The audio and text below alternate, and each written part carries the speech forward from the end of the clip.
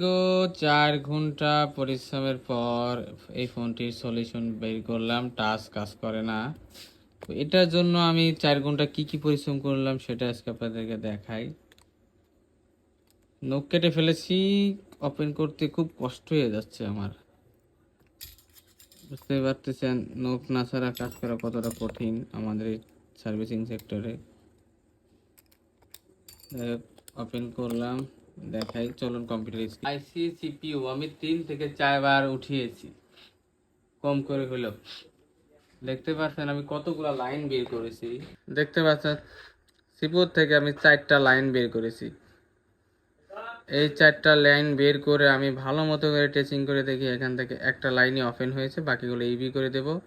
এই line jumper করে দিয়ে আমি টাচে কাজ করিয়ে দেখাচ্ছি আপনাদেরকে। দেখতে পাচ্ছেন জাম্পার কমপ্লিট না। এখন আমি আপনাদেরকে সেটটা চালু করে দেখাই, চলেন। দেখতে পাচ্ছেন ফোনটি এখন চালু হইতেছে। চালু হওয়ার যে প্রসেস সিমটম এটা চলতেছে, কাজটা হোক আমি আপনাদের কমপ্লিট করে দেখাচ্ছি চালু হওয়ার পর। দেখেন ভিডিওটা পাস করলাম সময়ের কারণে। এখন ধাক্কা দাও, ইনশাল্লাহ এটা কাজ করছে।